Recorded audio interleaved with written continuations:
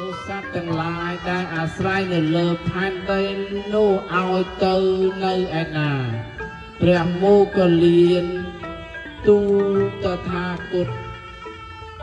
សូមទ្រង់ព្រះមេត្តាប្រោះខ្ញុំព្រះអង្គនឹងនិមិត្តបាតដៃម្ខាងឲ្យបានដូចជាផែនដីធំនឹងឲ្យសត្វទាំងឡាយដែលនៅអាស្រ័យលើផែនដីមកនៅលើបាតដៃម្ខាងនោះហើយខ្ញុំព្រះអង្គនឹងប្រែនៅផែនដីដៃម្ខាងព្រះអង្គទ្រង់ខត់ថាមោគលានអ្នកកំពុងពេញចិត្ត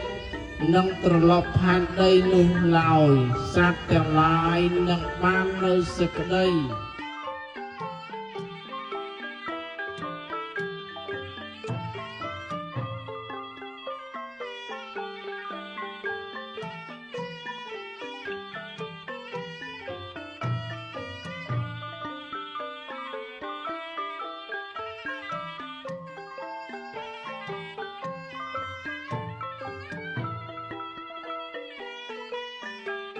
ចិត្ត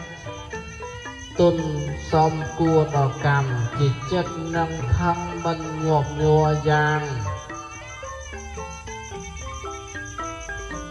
ងនេះហើយតថាគតទើបបង្អោនចិត្តចូលទៅក្នុងញាណដែលនាំបានត្រាស់ដឹងនៅចុទេ